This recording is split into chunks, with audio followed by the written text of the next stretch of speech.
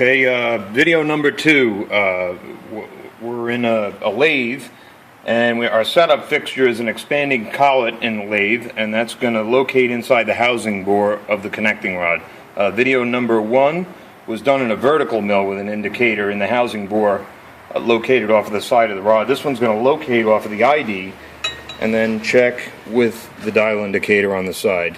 So, custom expanding collet machined for the ID of the rod.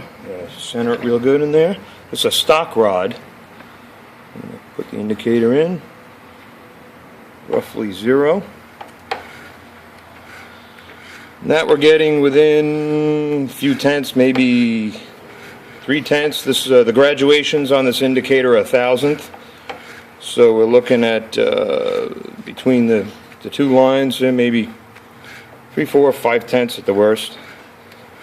Okay, so that would be a stock connecting rod.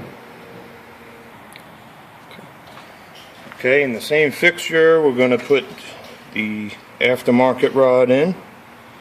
Okay, then wiggle it around real good until it's centered nicely. Roll this over.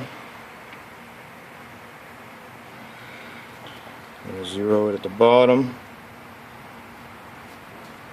Here we have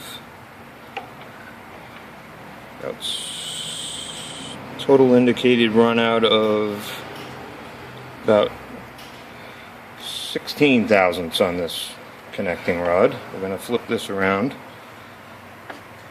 and try it on the other side.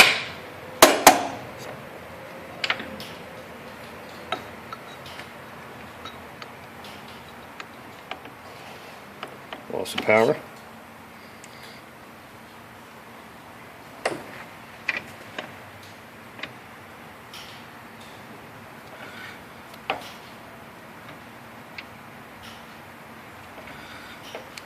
On this side we also have about 16 thousandths.